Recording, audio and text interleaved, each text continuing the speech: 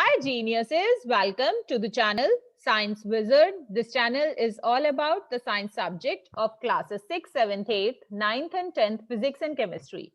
If you are new to my channel, you can subscribe to the channel for more science videos, and if you like the explanation, then please press the like button and you can share this video with your friends, family and the classmates.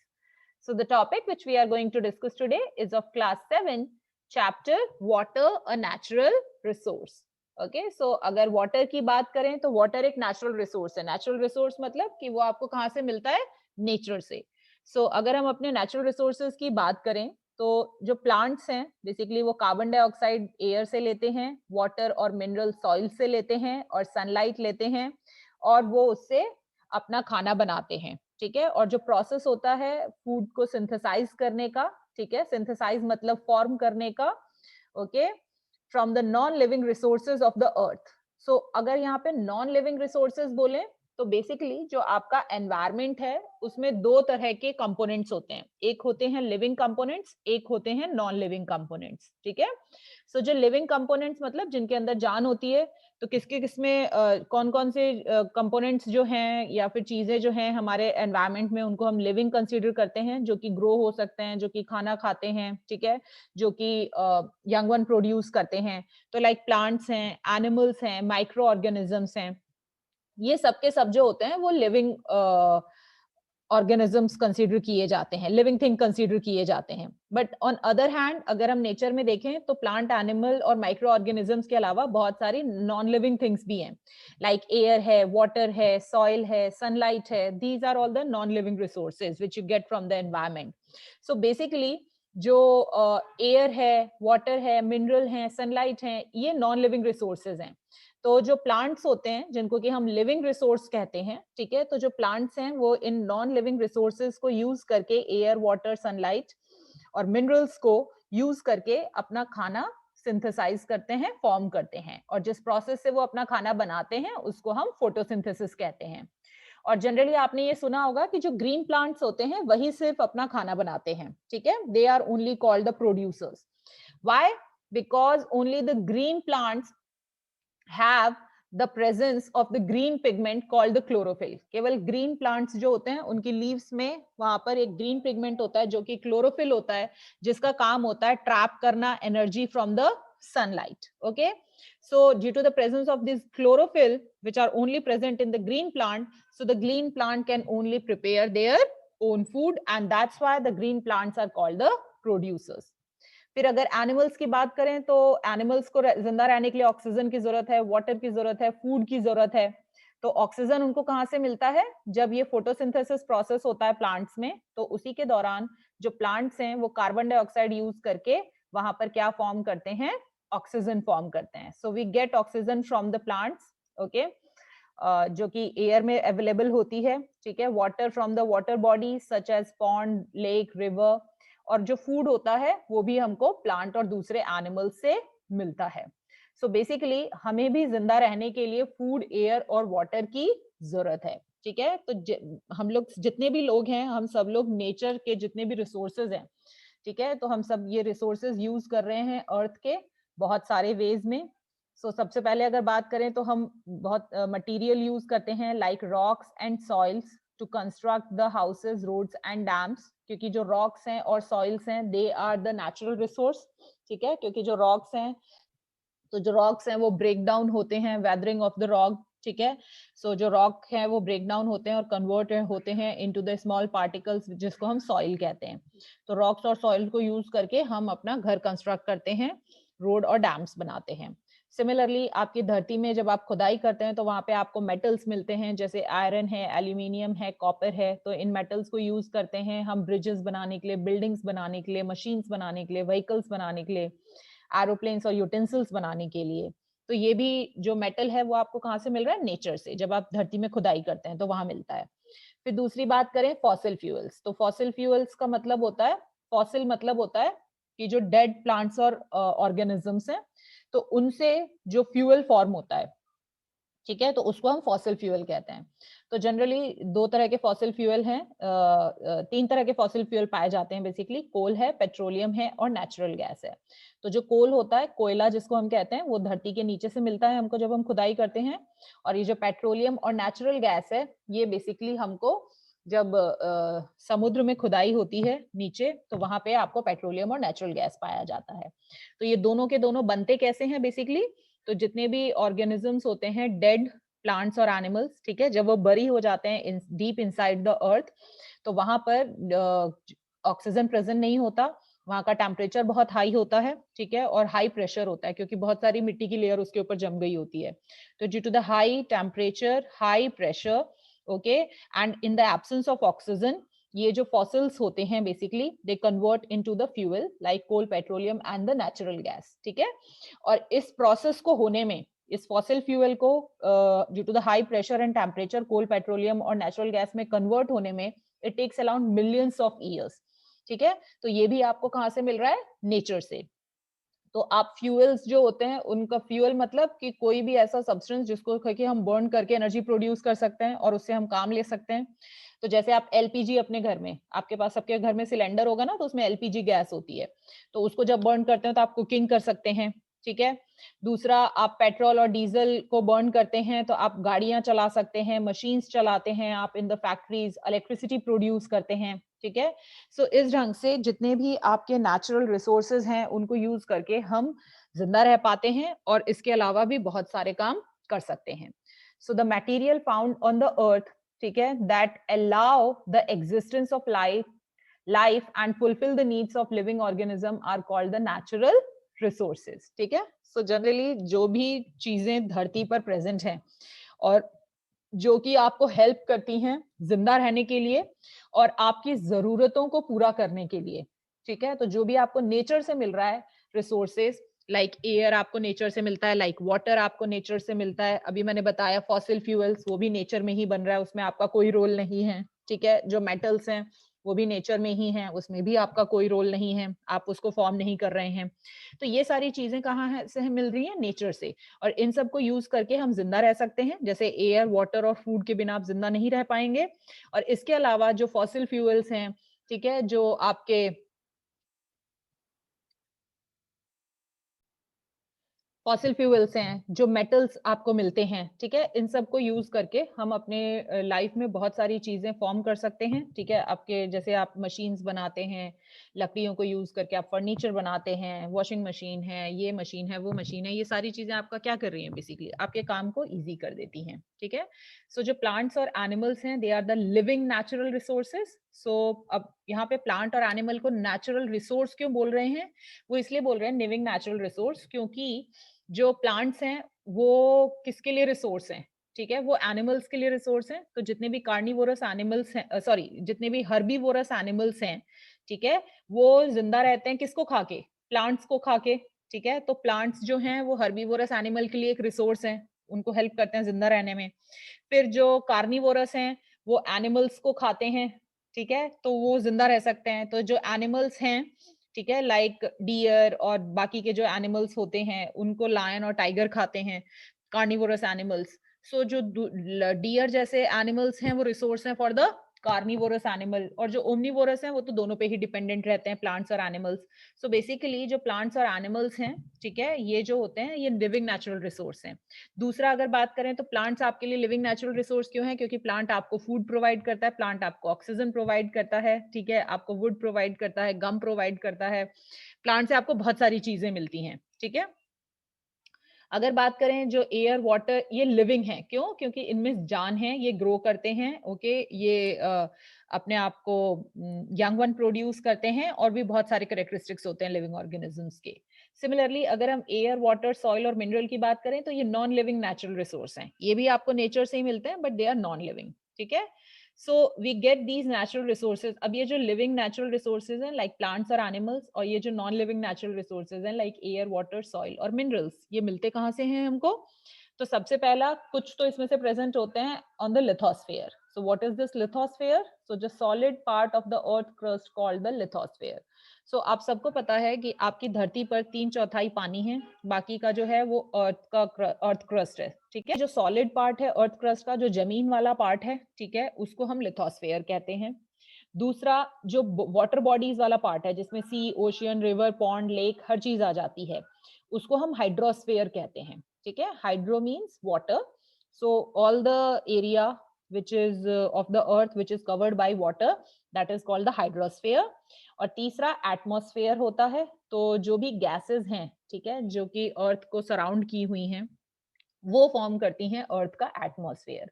अगर बात करें हम about our nature, तो हमारे nature में ये 3 जगह हैं जहाँ पे कि ये नेचुरल रिसोर्सेज प्रेजेंट होते हैं, वेदर इट्स अ लिविंग और अ नॉन लिविंग।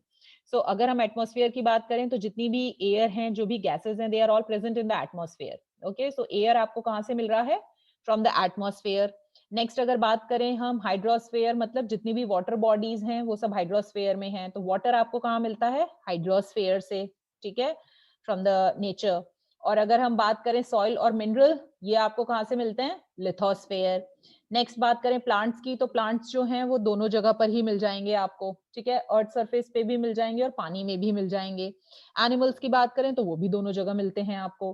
तो सिमिलरली जो आपके नेचुरल रिसोर्सेज हैं, उनको क्लासिफाई करोगे तो लिविंग और नॉन लिविंग नेचुरल रिसोर्सेज हैं, और ये लिविंग और नॉन लिविंग नेचुरल रिसोर्सेज आपके कहाँ मिलते हैं? नेचर में। लिथोस्फेयर पे, हाइड्रोस्फेयर में, या फिर एटमॉस्फेयर में, ठीक है?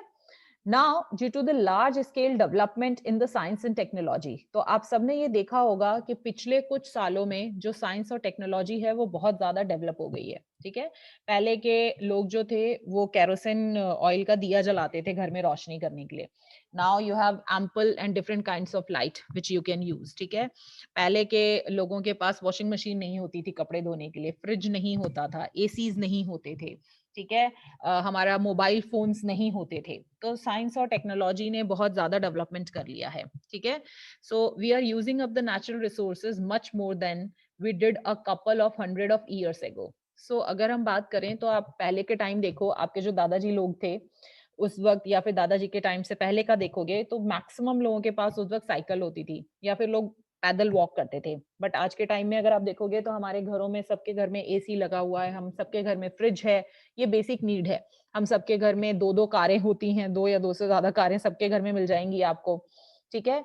बेसिकली हम क्या कर रहे हैं? हम नेचुरल रिसोर्सेज को यूज कर रहे हैं more than we did a couple of 100 years ago. तो अगर हम 100 साल पहले की बात करें तो इतना नेचुरल रिसोर्स को यूज नहीं होता था, क्योंकि पॉपुलेशन भी उतनी ज्यादा नहीं थी। बट अब क्या है, पॉपुलेशन भी बढ़ गई है, साइंस और टेक्नोलॉजी भी बढ़ गया, जिसके कारण जो नेचुरल रिसोर्सेज हैं वो बहुत ज्यादा यूज हो रहे हैं।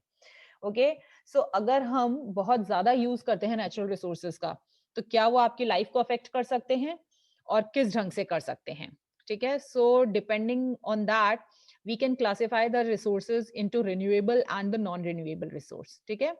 renewable जो word है ना, इसमें अगर आप देखोगे तो renew आ रहा है, ठीक है? renew का मतलब क्या होता है कि जो कोई भी चीज अगर एक बार खत्म हो गई तो फिर वो वापस बन जाती है, that is called the renewable, ठीक है? और नॉन रिन्यूएबल का मतलब कि कोई भी चीज अगर एक बार खत्म हो गई तो वापस वो रिन्यू नहीं हो पाती है, वापस से वो नई फॉर्म नहीं हो पाती है, ठीक है? तो अगर रिन्यूएबल रिसोर्सेज की बात करें तो रिन्यूएबल रिसोर्सेज वो रिसोर्सेज हैं जो कि कभी भी खत्म नहीं होंगे, ठीक है? और अगर खत्म हो भी जाते हैं तो बहुत जल्दी से उनको रिप्लेस भी किया जा सकता है, ठीक है? फॉर एग्जाम्पल जो सनलाइट है वो एक ऐसा रिसोर्स है जो कि कभी खत्म नहीं होगा, ठीक है? क्योंकि जो सन है वो एक्सपेक्ट किया जाता है कि जब तक ये धरती रहेगी वो तब तक रहेगा, ठीक है? तो सनलाइट एक ऐसा नेचुरल रिसोर्स है जो कि कभी खत्म नहीं होगा, और ये एक्सपेक्ट किया जा रहा है कि जो सन है वो लास्ट करेगा अगले 5 बिलियन ईयर्स तक। सिमिलरली अगर ऑक्सीजन की बात करें तो वो भी एक नेचुरल रिन्यूएबल नेचुरल रिसोर्स है, क्योंकि कॉन्स्टेंटली जो प्लांट्स हैं वो फोटोसिंथेसिस प्रोसेस में कार्बन डाइऑक्साइड कंज्यूम कर रहे हैं और ऑक्सीजन को फॉर्म कर रहे हैं, ठीक है? तो इस ढंग से जो ऑक्सीजन है वो कॉन्स्टेंटली रिन्यू होता है by the green plants. Next बात करें तो जो प्रोसेस ऑफ रिप्रोडक्शन है, replaces the trees and other living organisms, ठीक है। तो सिमिलरली जो रिप्रोडक्शन वाला प्रोसेस है, तो रिप्रोडक्शन में क्या होता है कि कोई भी प्लांट और एनिमल जो है उसके यंग वन प्रोड्यूस होते हैं। तो वहां पर क्या हो रहा है कि वो साइकिल कंटिन्यू रहता है। मान लो अगर यंग वन प्रोड्यूस हो गए, तो जो ओल्ड वन है अगर उन वो डेड भी हो जाते हैं, तो जो यंग वन है वो साइकिल आगे चलाते रहते हैं। सो सिमिलरली जो रिप्रोडक्शन प्रोसेस है, उससे उसके कारण जो ट्रीज हैं और अदर लिविंग ऑर्गेनिजम्स हैं वो रिप्लेस होते रहते हैं, यंग वन प्रोड्यूस होते रहते हैं और ओल्ड वन डेड होते जाते हैं। ठीक है। सो वो साइकिल टूटती नहीं है, वहां पे रिन्यू होती रहती है। However, most renewable resources are exhaustible if we use them at a faster rate than they are renewed.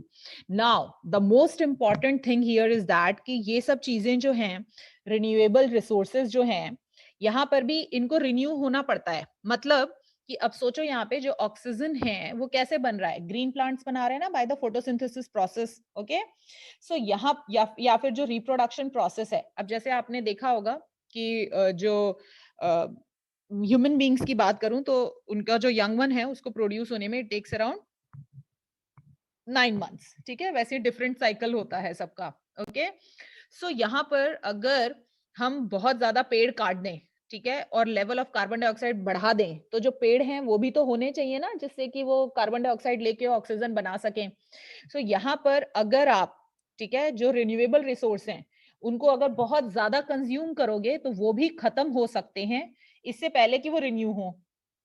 Okay, so if we disturb the natural method of the renewable, तो अगर उसके नेचुरल मेथड को disturb करोगे जिस method से वो renew होते हैं, मतलब ये बहुत इंपॉर्टेंट है यहाँ पर कि जो रिन्यूएबल रिसोर्स हैं वो नेचर में अपने आप ही रिन्यू हो जाते हैं, उसके लिए आपको कुछ नहीं करना है। ठीक है, आप जैसे प्लांट्स जो हैं उनको आप नहीं कट करें, उनको रहने दें अगर, तो प्लांट्स अपने आप ही कार्बन डाइऑक्साइड लेके ऑक्सीजन बनाते हैं, उसमें आपका कोई रोल नहीं है। ठीक है, सो सिमिलरली अगर हम रिन्यूएबल रिसोर्सेज को, ठीक है, समझदारी से यूज करें और लिमिटेड यूज करें, तो हम वो हमेशा रिन्यू होते रहेंगे और हमारे पास हमेशा एम्पल अमाउंट में रहेंगे वो रिसोर्सेज यूज करने के लिए।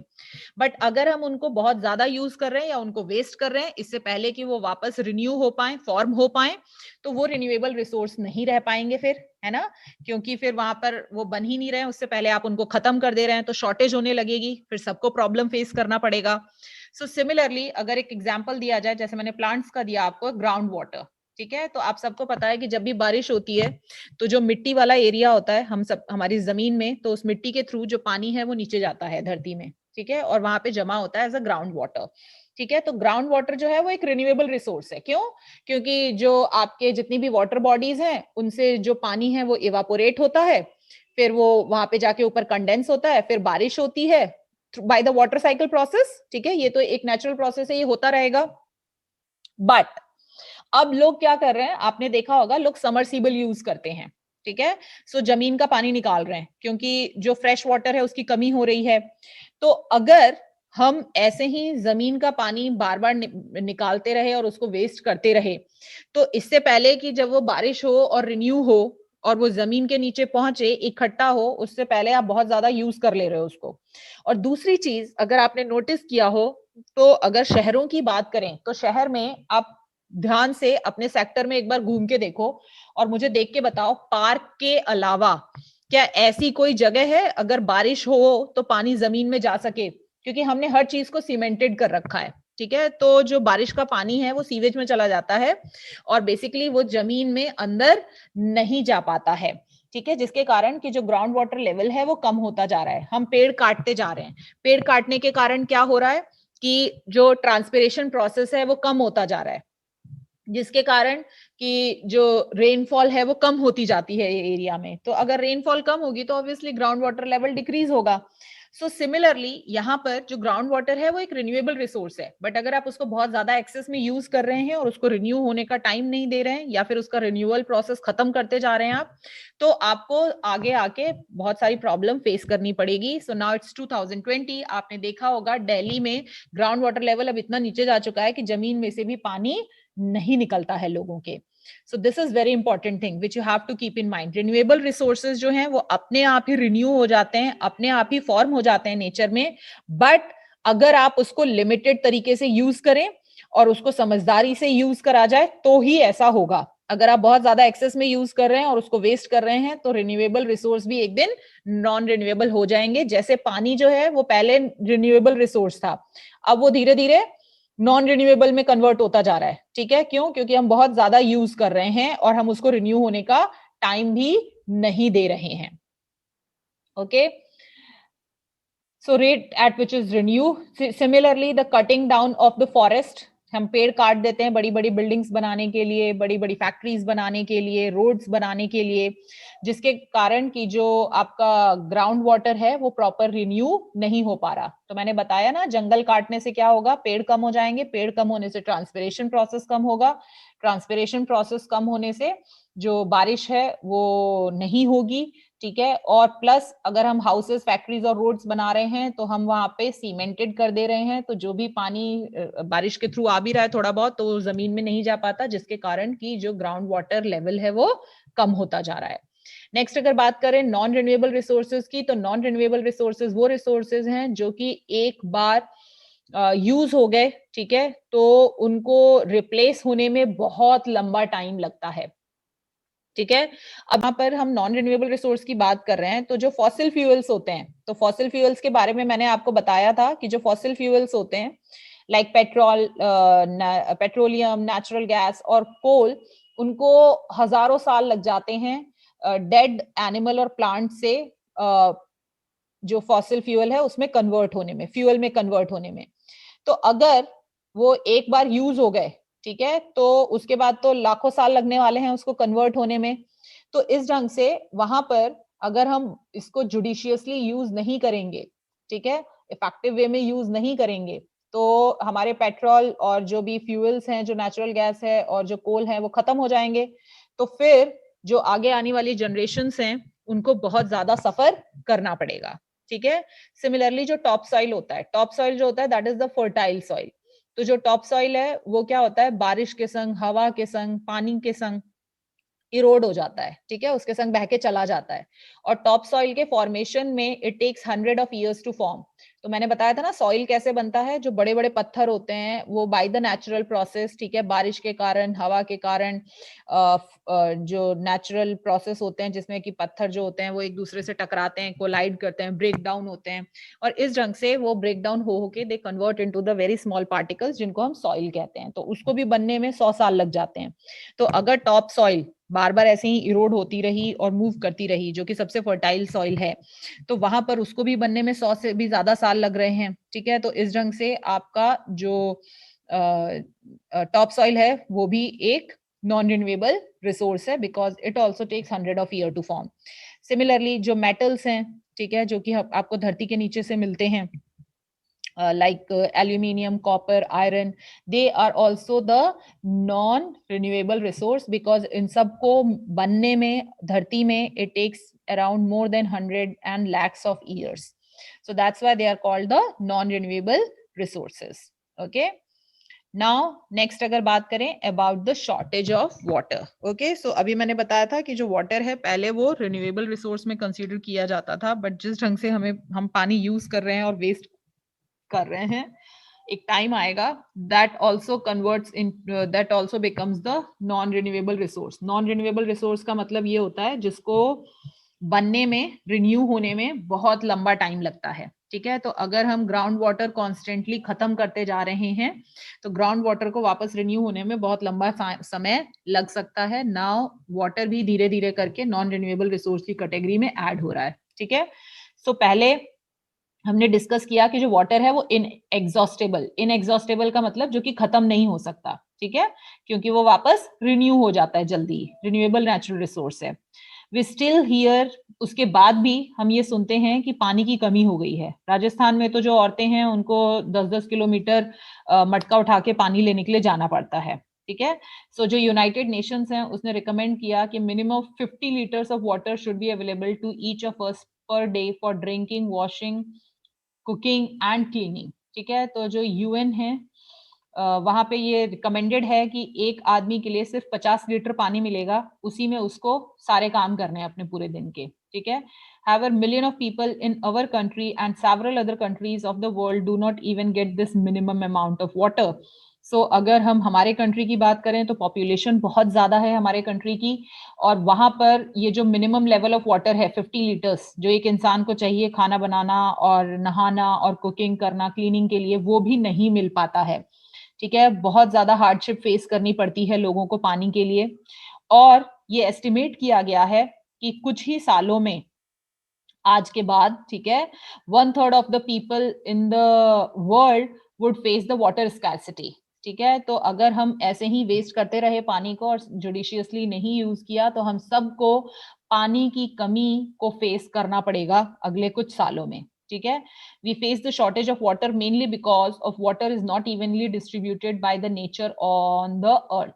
ठीक है, सो जनरली जो पानी की कमी है वो इसीलिए हमें फेस करनी पड़ रही है क्योंकि जो पानी है वो इवनली डिस्ट्रीब्यूट नहीं होता है नेचर के द्वारा on the earth. Okay, like कुछ प्लेसेस जो हैं जैसे कि नॉर्थ ईस्ट इंडिया है, वहां पे बहुत ज्यादा बारिश होती है, तो ज्यादा बारिश जहां होती है वहां पे तो बाढ़ ही आ जाती है। ठीक है, हर साल।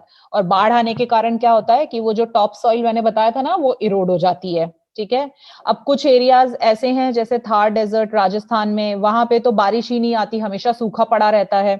ठीक है, तो उसके कारण बहुत सारा जो पानी है इसके कारण हमें यूजेबल फॉर्म में नहीं मिल पाता है। ठीक है, तो अगर हम यूजेबल वाटर की बात करें, मतलब जो हर दिन आप खाने बनाने और क्लीनिंग और कुकिंग में यूज कर सकते हैं, सो अगर आप देखें तो धरती पर जो जमीन वाला एरिया है वो तो 1/4 ही है, बाकी जो पानी वाला एरिया है दैट इज 3/4। तो पानी तो बहुत ज्यादा है हमारी धरती पर, बट फिर भी हम बार बार रोते रहते हैं कि पानी की कमी है, पानी की कमी है। ऐसा क्यों है? क्योंकि जो 97.4% ऑफ वाटर जो हमारे धरती पर प्रेजेंट है वो सी और ओशियंस में है। ठीक है, और वो नमकीन वाला पानी है, सॉल्टी वाटर है, जो कि आप डायरेक्टली यूज नहीं कर सकते हैं अपने खाना बनाने के लिए, क्लीनिंग के लिए और कुकिंग के लिए। ठीक है, केवल 2% वाटर जो होता है वो जमा है ग्लेशियर्स में। ठीक है, और पोलर आइस कैप्स में, और ये फ्रेश वाटर है। ठीक है, और ये हमारे लिए अवेलेबल नहीं है क्योंकि ये तो जहाँ पे पोलर रीजन्स हैं वहां पर प्रेजेंट है। ठीक है, सो 94.7 मैंने बता दिया वो यूज नहीं कर सकते, ये जो 2% है ये यूज कर सकते हैं, बट ये तो जमा हुआ है ग्लेशियर्स में और पोलर आइस कैप्स में, which can we can not use. ये फ्रेश वाटर है इवन दो।